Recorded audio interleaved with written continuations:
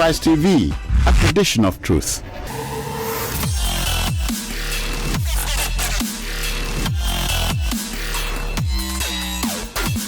Middlemen. Hello and welcome to the Middlemen of Jurors. I am Jumoke Alaude James and I'm opening the show today. The team of jurors today include juror Cyril Abaku, who will be taking a look at the political crisis in Rivers State. Also here with us today is juror Petrina Ezeji, who makes her debut with an examination of the maternal mortality rate in Nigeria, as well as the juror from Rabbi Evans Ufeli, who will be examining the subsidy shades, the Mami Water approach. And of course, I'll also be examining why governance seems like war in Nigeria. You know we'll be right back after this break. Please stay with us.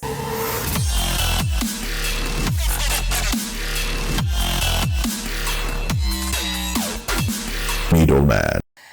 Welcome back to the Middlemen of Jurors. And today my case is asking, why does governance have to seem like war, particularly in Nigeria? I'm not surprised with what's happening in Rivers State. Rivers has that reputation. Governor Amechi did it. I'm not even surprised with what's happening in Ondo State. It happened with Governor Suntai of Taraba State and even President Yaradua. It's the silence or acceptance of Nigerians to these abnormalities in democracy that is amazing to me. How will Nigerians demand good governance, hold their leaders accountable, and not tolerate a cult song being sung on the floor of the National Assembly instead of the national anthem? Demand better than a president presenting an empty box, pretending to be presenting next year's appropriation bill. Insist that public servants serve the people rather than demand fat salaries and buy luxury cars, yachts, private jets, wardrobe allowances, newspaper allowances, and so on to represent extremely poor people. Oh, I'm proud of Abia State's proposed 2024 appropriation bill though. 84% is for capital projects. The appropriation for health and education is encouraging. So why can't other state governors emulate Governor Alex Oti? Oh yes, I know it's the implementation of the budget that's important, yes. And where will Governor Alex Oti get the funds for these capital projects, right? I would have been happy if that was the same question we're asking Governor Sim Fubara of Rivers State and Governor Rotimi Akeredolu of Ondo State. Why does governance have to seem like war in Nigeria? Why must politicians die in office? In fact, why are Nigerian elections do or die affairs? And these questions are for the citizens. The leaders come from us, and we are the ones who hedge them on. Each group fighting for its own criminals to get into power to get their own share of the national cake, rather than the interests of Nigerians as a whole. This is my verdict. Politics is too lucrative for political leaders in the offices in Nigeria. We need to pay politicians like civil servants. The mad rush to get into government and stay in power till they die will therefore reduce. Your case this afternoon is one that resonates fully with the call for citizens' corresponding obligation. Very true. As predicated under Section 24 of the 1999 Constitution. All we see the madness going on in our land, orchestrated by our politicians, we are all the instigators. We allow it to happen. And that is when you refer to the silence, the deafening silence of the masses. The Constitution did not confer any authority of silence to the masses. You understand? Rather, we have conferred it on ourselves. Rather, the Constitution is of the view that by Section 24, the citizens have a corresponding obligation after donating their allegiance. And that corresponding obligation is not being docile. It is that the citizens must be the watchdog of democracy. They must ensure that they pay their tax, they are patriotic. They must ensure that the people whom they have elected to serve are serving according to the law and the mandate given to them. Exactly. The transparency and accountability that is required is given to the media, okay, under the same chapter 2 of the Constitution, to hold the government accountable to the people. The media hears the people. Okay, and then the wider society are the ones who are also supposed to watch over that which belong to them. Governance belong to the people. Yeah. But in our climate, okay, the people they are not concerned. Why? Okay? Because I always say that is weaponized poverty. Yeah, Is it really just sometimes poverty? I feel that we are a bit unfair to the people. Okay. There has been a deliberate, and I like the word you used. There's a weaponization Of poverty. There is a deliberate orchestration, entrenchment of. It's not just so. Poverty is one of the items in the bucket, but it's a whole program of disempowerment. When you see a dictator who is able to hold on to power for a very long time viciously, he is not a madman. He's not insane. He is not uncoordinated. The same resources and efforts that should have helped to build a society are what are being used to perpetuate himself in office. Look at, for example, Abacha.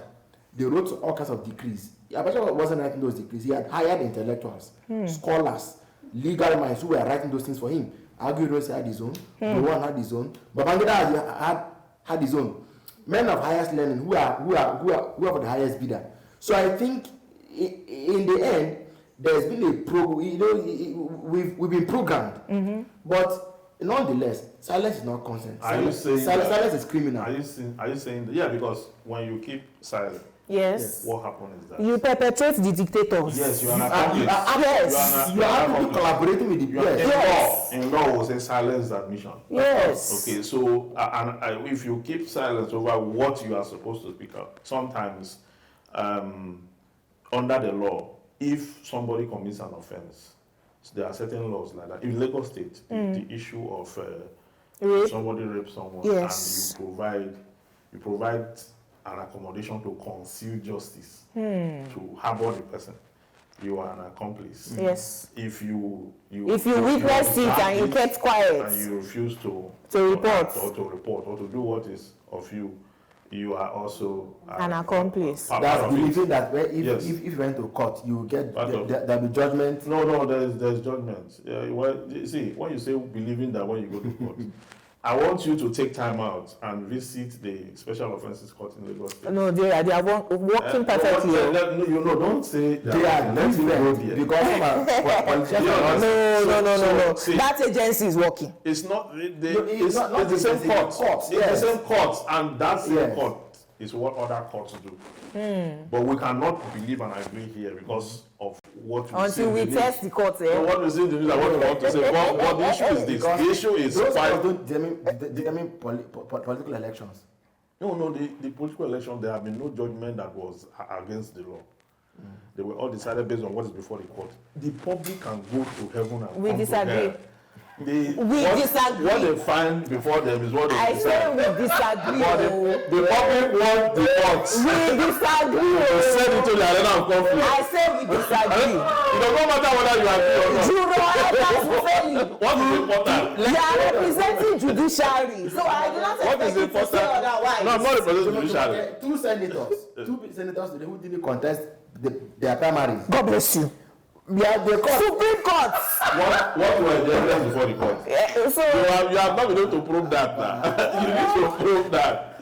What evidence was before the court and what was the judgment of the court? So we are not talking about the court, we are talking about the question, citizens. how do the citizens then fight the system? The citizens can And demand the good citizens- governance. See, it's simple. The citizens must assemble. Okay, they should all assemble. To start with, recall the people whom they have voted into. That one is a long No, they should thing, no. start it. They should start Well, it. even where they Hold start. on, no, they should start it. If we dismiss these thoughts, we will continue to disempower the The people who wrote the constitution made it almost impossible. Yes, they made it almost impossible, but at least commence it, start it. But you know, You understand? We will now start The going point- from house to house. No, the point where see the law says that 50.1, that is 50%, and you have a crossover. Yes. Fine. Yes. You understand? Yes. Then you move it forward. I know it's quite tedious because at the end stage, the Speaker of the House or the Senate President or whatever, we need to give effect to it. And he will not want to give effect. He will to throw taking- it out. To taking one of his own down. Yes, no. I know that, but when Senator Middlemen when they commenced the impeachment process, we saw how it was running all over. Oh, yes, no. That discomfort. Because the people who were organizing it were very well organized. Yes, and let me tell you, even that point where they say the Senate president or the whatever must give vent to it, the people cannot turn that too. Oh, really? Yes, the people cannot turn the Arab Spring, and laws were rewritten based on people's lawyers, conduct. gather us now. That's You what know I'm who saying. knows the law, gather us. See,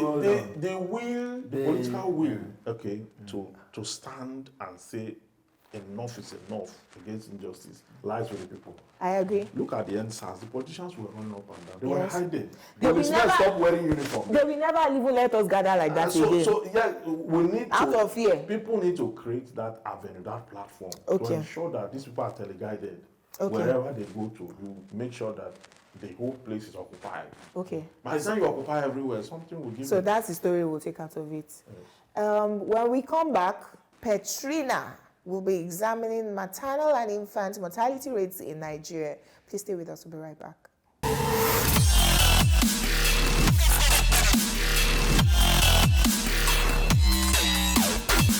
Middlemen. My case, maternal and infant mortality rates in Nigeria. Nigeria is one of the countries in sub-Saharan Africa where maternal mortality has remained a problem. The country's progress towards reducing the number of maternal deaths has been largely insufficient. Maternal mortality persists in Nigeria despite strategies like the promotion of institutional deliveries, training and deploying new skilled health workers.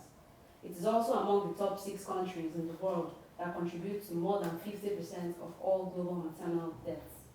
Nigeria's maternal mortality rate is one of the highest in the world, with the United Nations Economic Commission for Africa saying that 1 in 7 global maternal deaths occurs in Nigeria. That is more than 50,000 women dying per year in Nigeria. A 2023 report titled Improving Maternal and Newborn Health and Survival and Reducing Stillbirth, Progress Report 2023, shows that Nigeria accounts for the second highest number of maternal and child deaths globally after India. The report noted that in 2020, about 540 women and children per 1,000 died in Nigeria. According to the Nigeria Demographic and Health Survey, for every 100,000 live births, 512 women died while trying to give life. The Nigerian government launched and implemented a National Health Policy, NHP, and World Health System, WHS, whose core targets include reduction of under age 5 mortality rates. Despite all these initiatives, deaths of children and mothers still remain high in Nigeria. Here is my ruling. Inadequate health facilities, insufficient skilled health professionals, and lack of modern medical equipment have undermined the Nigerian healthcare system, particularly in rural areas. Majority of medicines used to treat the leading cause of maternal mortality, which is postpartum hemorrhage, in circulation in Nigeria is substandard. 1.5 million more people die yearly due to poor quality of care than are dying from lack of access to care. These are not just numbers, these are people. Quality of care and commodities, and not just access, is a key determinant of maternal health outcomes. I believe what we need in Nigeria is improvement of the quality of care delivered by the health workers. There is also need for the strengthening of regulatory frameworks and governance in the procurement of quality-assured maternal health medicines. Facilities and pharmaceutical vendors and companies should work with states to effectively implement standard policies for the procurement of maternal medicines.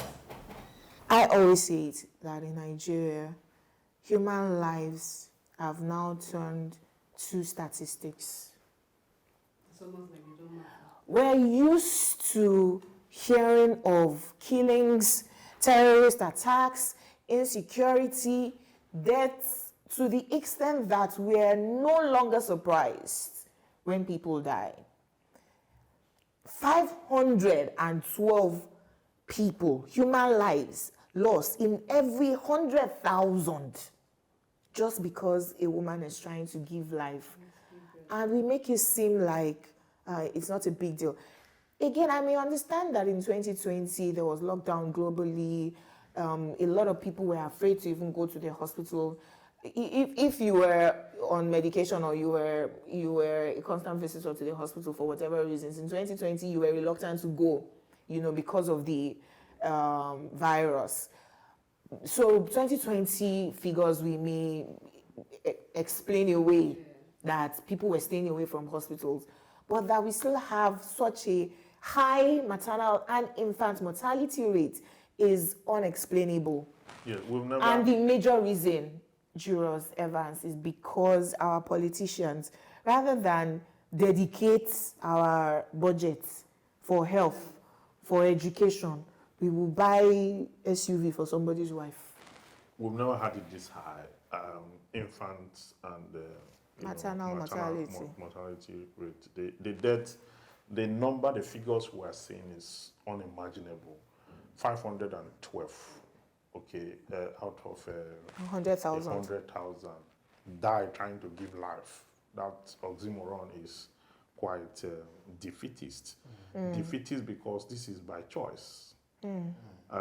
These lives, are people's mother, people's sister, people's relatives, and this is a national emergency. Okay, and just recently, the president made a shout out to doctors in the US and in other countries that have left to come back, to please come back. He pleaded with them to come back. And to not shout out in that context. He pleaded. He was begging them. He's begging international companies that are leaving not to go. Yeah, they are partners, don't go. Beg them to come back. Then meanwhile, the doctors here, they are still on their way out. Their hazard allowance is 5,000 naira. The doctors that went to confront Ebola head on, the ones that went to confront COVID head on, throughout that period, their hazard allowance was 5,000 naira. Jesus. To add injury, to add salt to injury, the minister for labor then was saying that we have too many of them. They can go. The doctors are too much. And he's a medical doctor himself. Yes, our budget on public health care. In fact, there's no public health care in Nigeria. That explains why the level of casualty is high. And this is a huge population. Okay. Over 200 million. Yes, a huge population will mean you are going to have more pregnant women. Mean you are going to have more deliveries. Okay. And in the midst of all this, you don't even have adequate hospitals to even, for these people to. These are the ones that statistics could capture. There are those who. Unnamed. Those ones who attend local. Birth attendants. Yeah, the local where they use ogogoro to get the woman to induce. Where they use all these kind of local things to give birth. Sometimes they set fire. They use. Sometimes they use snail. Yes, to do all those things. So those ones they are not even captured in these statistics. This is the one that is measured. Who speak English? Hey, whoa. These are the ones who speak English. Yes. when the doctors or maternity attendants could record that, okay, this one passed, that one passed, then they collate and the ones who speak English are by far more. My goodness. So we have a national emergency in our hand. Medical care is a problem. Now we have added hunger to it. Hunger is at a high rate. Bismarck, the one he said recently that the number of lunatics in Nigeria have increased by a huge percentage recently based on the economic situation of Nigeria. So, I mean, I don't know where we're going to start from, but your case today is one that calls for sober reflection. I think that the government should listen to this and do something very urgent on our health sector. I dare say that, the challenge with our health sector is squarely the problem of government, because if it is for doctors alone, Nigeria has quite a good number of doctors. We are training them for other countries. Even check now, across the world, Nigerian doctors have a high population. Very true, sir. You recall when the Saudis came to do recruitment for Nigerian doctors, was it last year or so? UK did their own in 2020 during COVID. They said leave visa. On arrival, we will give you visa. This was a country that knew its own national priorities. But in that same COVID time, the Nigerian government went to hire, I remember very well, said that China wanted to help us with some equipment, and that as an addendum, they are going to send us some health professionals. I was among, in fact, back then, I was interviewed on TV and I said, I don't like this policy of government, and so I didn't do the interview. It was, in fact, that when those people arrived, it was all the major TV stations in Nigeria had it live. And at the airport, they've arrived. They were disembarking on the plane and they were being ushered into. We later have got to know that whole contingent. Many of them are not doctors. No, wait. No. Construction work, plumbers and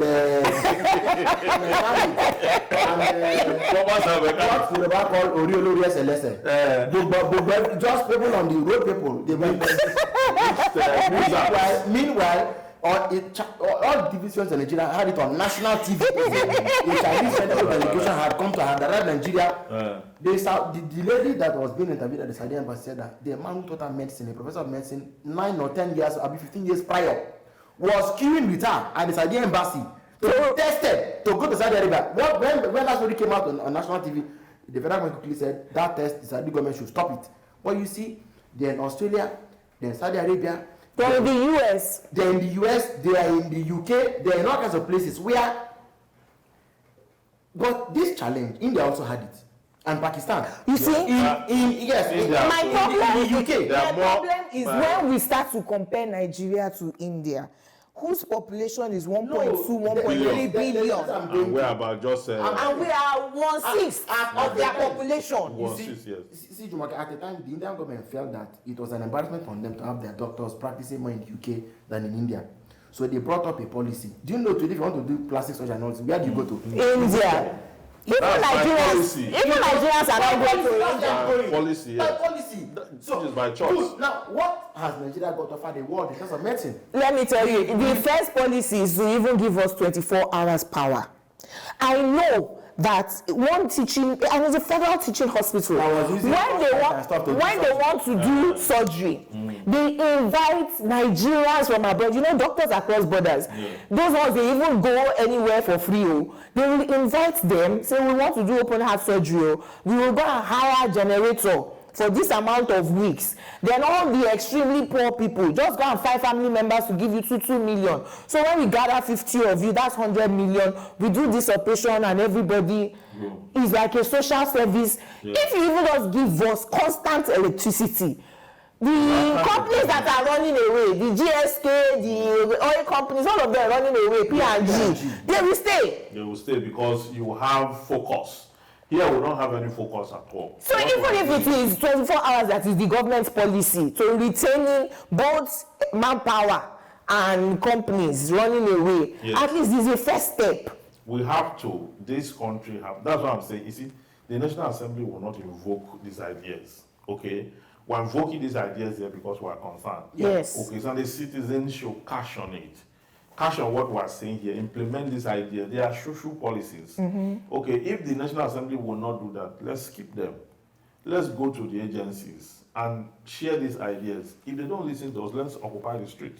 Yeah. That's what I think we should do, because now nobody's even talking about the health sector. This government have no plan for the health sector. Please don't fall sick in Nigeria. You understand? I just beg you.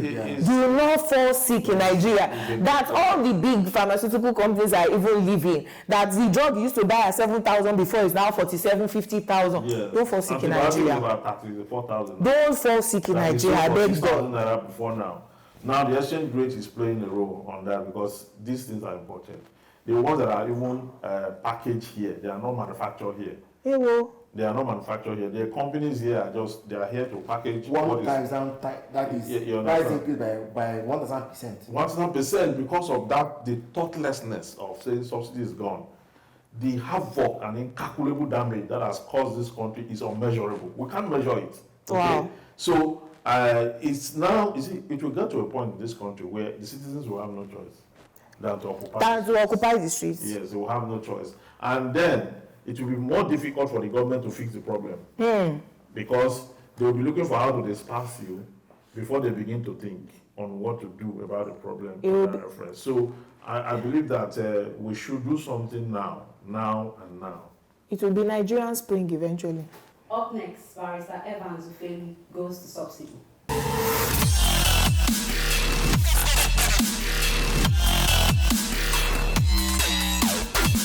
Middlemen. My case, subsidy shades the Mami Water approach. The World Bank have stated that the federal government may still be paying for fuel subsidy, considering that fuel prices are currently not cost reflective in the country. According to the World Bank, the price of petrol should be around 750 naira per litre, more than the 650 naira per litre currently being paid by Nigerians. The bank's lead economist for Nigeria, Alex Sinat, revealed this during the presentation of the Nigerian Development Update, December 2023 edition, titled Turning the Corner from Reform and Renewed Hope to Results, on Wednesday in Abuja. During the event, which is hybrid, he noted that based on the official exchange rate today, fuel should cost 750 naira per litre. He said, and I quote, "It does not seem like the petrol price are not fully adjusted to market conditions." So that hints at the partial return of subsidy. If we estimate what is the cost reflective of retail PMS price of the would-be, and assuming that importation is done at the official FX rate, of course, the liberalization is happening with a parallel rate, which is the main supplier. The price would be even higher. These are just estimates to give you a sense of what cost-reflective pricing most likely look like. We think that the price of petrol should be around 750 naira per litre, more than the 650 naira per litre currently being paid by Nigeria. Mr. Alex is of the view that the bank is recommending to the government to take additional measures with its bold reform to secure the benefits from having taken those decisions. If this projection turn out to be true, we are in a very big trouble. Why can't we repair or build new refineries? Why have we deliberately turned our focus on solving our problems to prevaricating around the issues? What is the cost of developing a common sense to cure this malaise? My verdict, I think we must solve the crude problem before this country can move forward. This Mami Water approach is nauseating. It is only the Mami Water that ignores her problem and stay put, like she cannot conduct a solution to the problem pervading her affairs. A country that cannot solve her over 40-year-old problem has failed herself and the citizen. Let Nigeria solve the crude problem and save herself from herself. I shall go to Rabbi.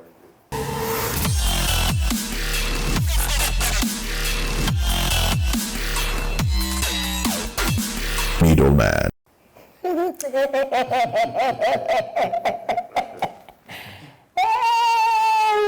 I think this problem is because the Westerners, they don't care about Nigerians. If not, they will not be asking the government to what do they ask the government Increase to the price. Instead, they will be recommending a better wage for the citizens. No, what they are saying is that, what they are actually saying is that the government is still paying subsidy. Yes, and it's When it true. claims it has taken off subsidy. It is true. Because, and it's a simple analogy that I'm going to give. Simple. That once you say we have removed subsidy, right? And then you say we've floated the naira. And every day we see the naira weakening against the dollar, right? As at last week, it had gone to 1,000. Again, 1,200. During the festive seasons at the end of the year, most times the naira appreciates because there's more dollar inflow into the economy with most people coming into the country. Yes. This year, they are telling us excess supply. they are telling us they are not coming anywhere with our high flight Exchange rate. our high flight costs. But anyway, the point I wanted to drive at is, so the fact that the dollar itself is fluctuating and we are importing consumed petrol, right? So if you buy petrol at 600 today, you buy it at 650 next week. Why? Because dollar that was also 800 today is 900 next week. So it will be going back up and down, up and down. So keep it around that 600 and 650 rates. The government must therefore subsidize. If not, the way Forex is going like this, petrol prices would have also been following it like that. Yes, because that is the main currency for the importation. For the importation. Yes. So it means that federal government is, because the price is fluctuating and is going up consistently. Yes, sir. So it couldn't have been true that they were not paying subsidy. Yeah, the landing cost for a liter is 600. 600.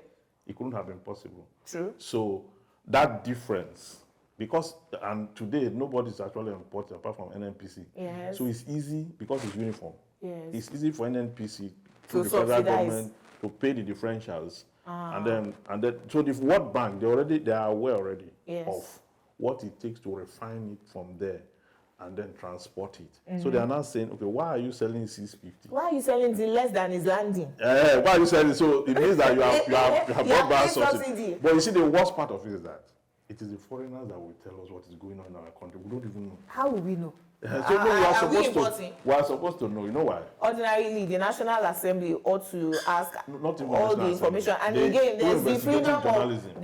You journalists, you will not do your work. You'll be calling the court.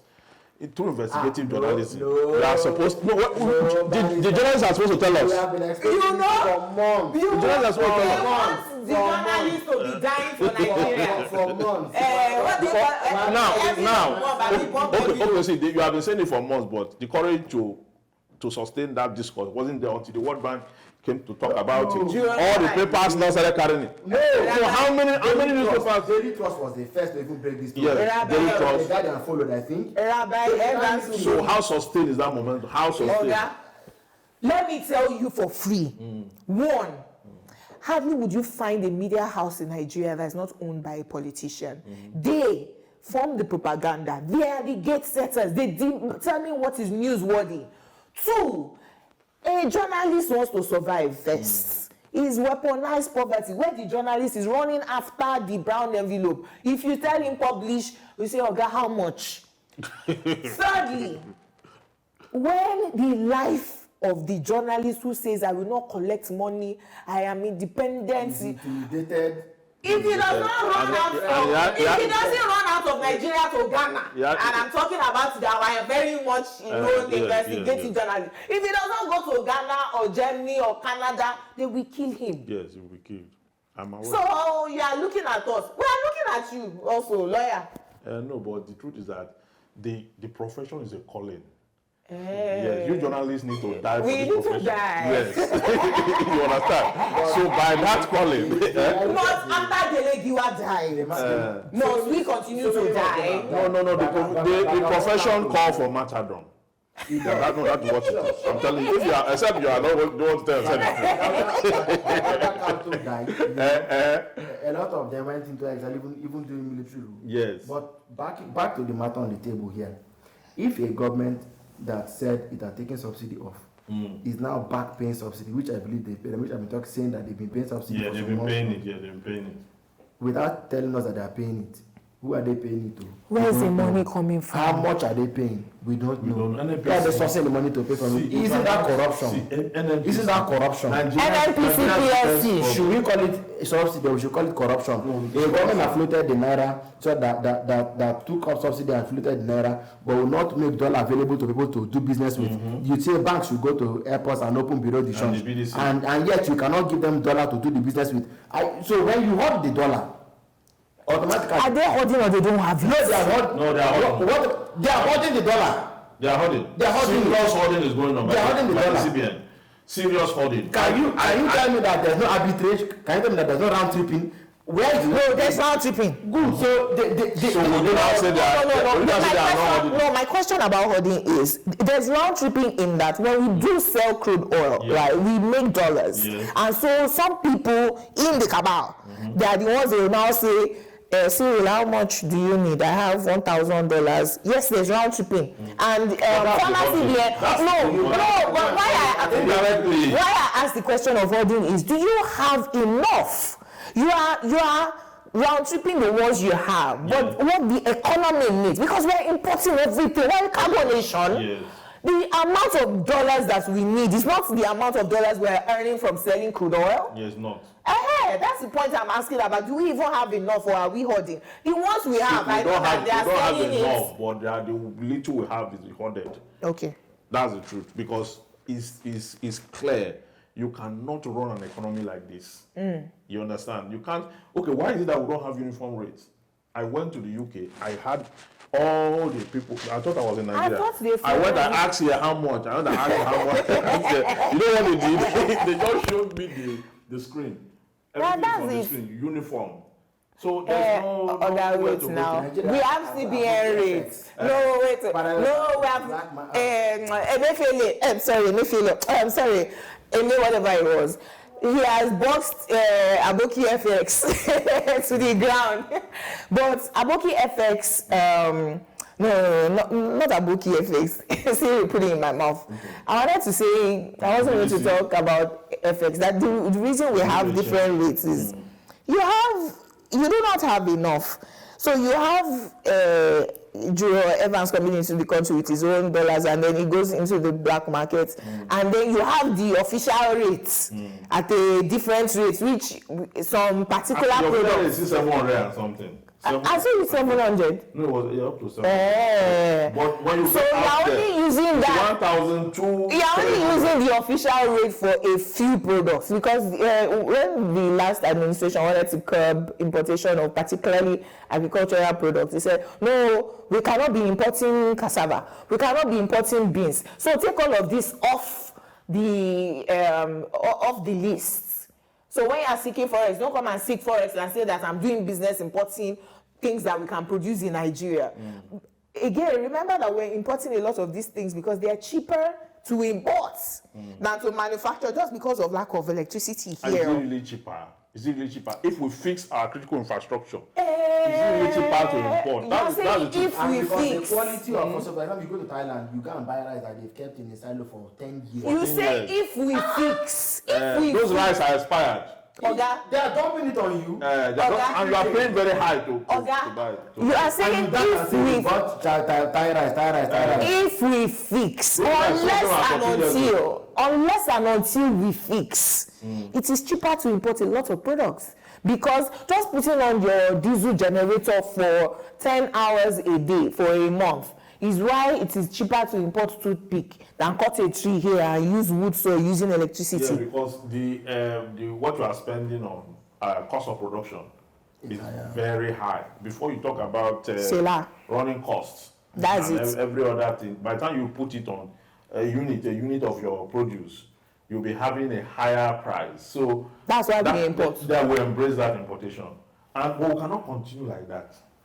What do we then do? What we will do is to ensure that the same occupying Nigeria. We will occupy the streets. Barrister, you are using the platform to call for public mass protest and sedition. We did not call for mass protest and sedition. We are just saying occupy the streets. This is allowed by law. Medium to call them to come and. We are saying occupy the streets. I need to use a medium to call for the public. We are saying occupy the streets, which is become positive citizens and use your power as a citizen to hold your leaders accountable. What we are doing here is sufficient solution to the problem.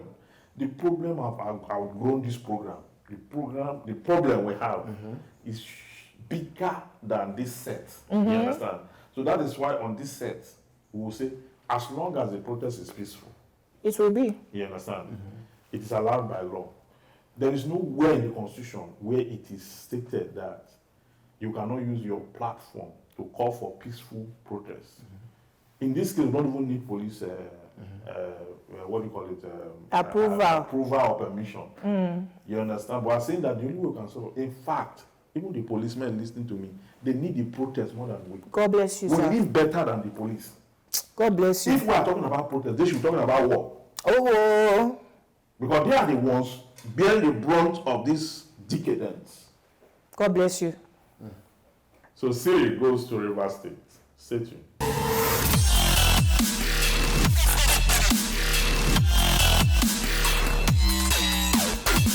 Middleman. My case. Godfathers, godsons, and the expendable masses. The crisis in River State, as with Ondo State, have familiar tones and set a terribly unhealthy precedent for anything that could ever come close to being called democracy in Nigeria. In Ondo, the godfather is a sitting governor. In River State, the godfather is the immediate past governor. In Rivers, the godson is a sitting governor, while in Ondo State, the godson is the current deputy governor. What a time to be a political watcher indeed. In both states, governance has been paralyzed. The solid details of the chaos going on are facts the public is already familiar with, so I may not bore you with them. But from the demolition of the legislative building in River State to the presentation of a budget to a four-man House of Assembly, and to Ondo, where the governor's voice has not been heard in months, and the latest scandal of his signature being forged, and the fact that in all of these, we are mere onlookers, like a people without laws and a constitution, leaves one ashamed of our own unique political civilization. Now, the question really is, which way Nigerian democracy? Here is my ruling. In Ondo, leaders of good opinion should persuade the governor to resign in the interest of peace and stability. The politics of succession should not be used as a basis to derail the dividends of democracy. In Rivers, godfathers who were not voted for should steer clear the affairs of government, and none of the parties involved should escalate the crisis any further. Then, in both cases, that is, in Ondo and Rivers, the people of the respective states must rise from the valorization of partisan affiliation and take their destinies into their own hands. Democracy, whether I would accept it or not, is the government of the many, not the government of the few. The fact that democracy has been reduced or limited to being a government of the few is the reason why we are where we are today. I so rule and make my case. Well, to Rosiri, your case is one very important one. We have seen what godfatherism has turned the Nigerian state into. As we speak today, the people's mandate, godfatherism has supplanted the people's mandate because it is the wish and desires of the godfathers that counts right now, and where it is repressed, they make the state ungovernable. The godfather will orchestrate the unfortunate House of Assembly. In the case of both Rivers and Ondo, will orchestrate ploy to impeach a substantive governor who is perceived to be insubordinate. And that is unfortunate, very unfortunate. And like you said in your ruling, a person who is sick and cannot function in his office has an option. If you are not born a governor, Why die a governor? why should you die a governor? So, and in the other case, God has helped you. You move from being a governor straight to being a minister of the FCT. So why won't you allow governance to, if you really have the love of the people at They heart, don't. why won't you allow governance to flourish in a state where you superintended as the immediate ex-governor?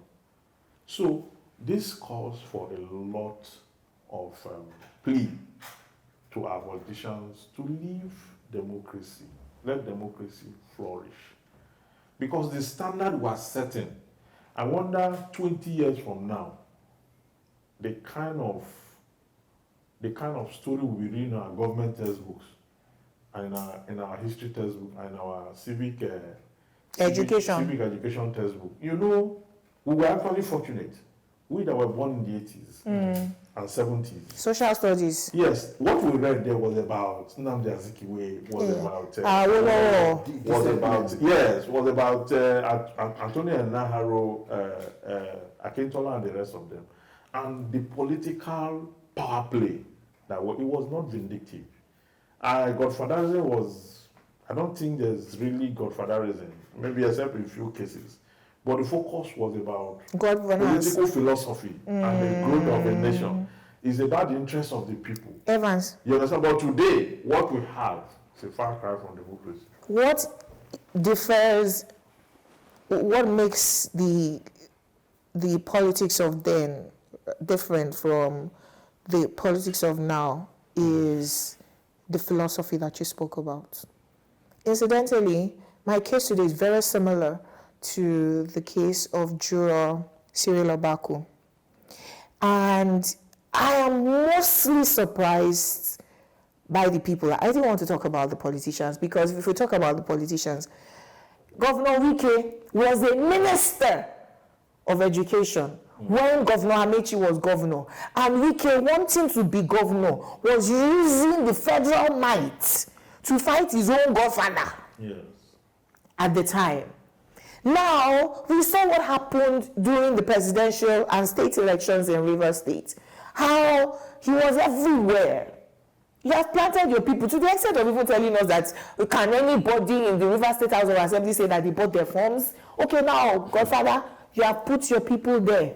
And you must hold on to power in Rivers State. What you fought from your own predecessor, you have not forgotten 8 years after. Yes. You now want to impose yourself on this, to the extent you want to write signature for all the government contracts after you have gone. Who does that? He made the appointment for the current governors. Imagine. Where the problems are from, the current governor made, I think, five commissioners. And the current governor cannot sign any check over 500 million.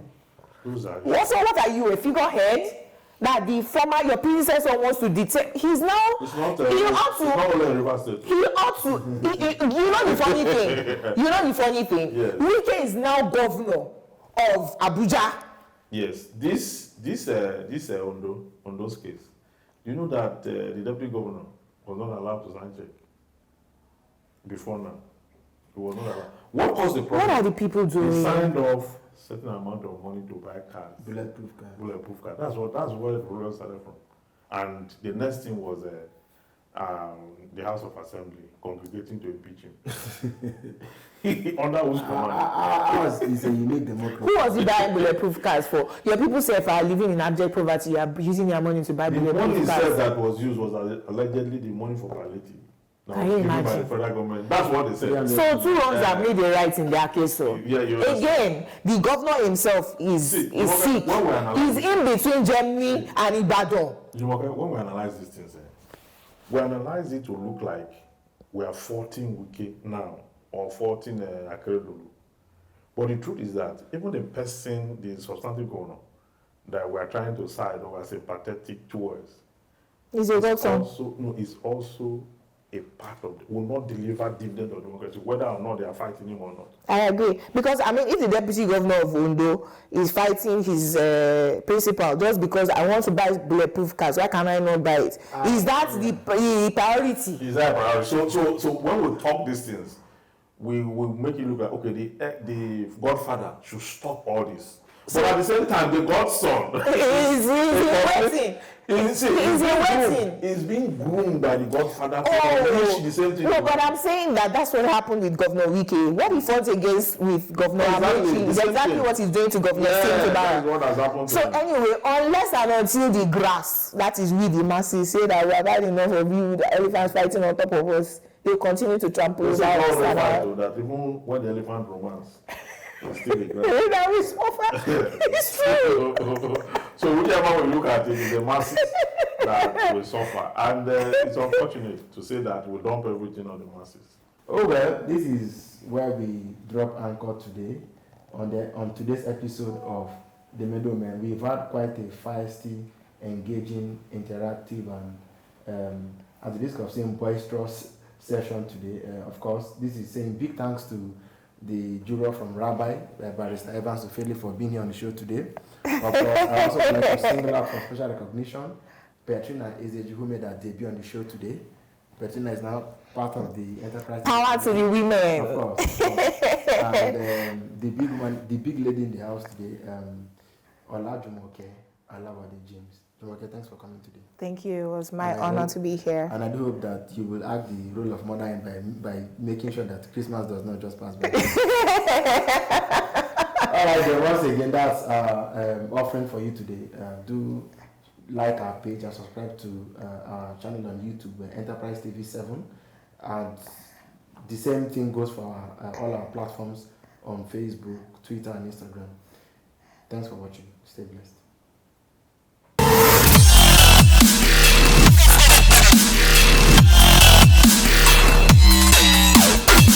Middleman.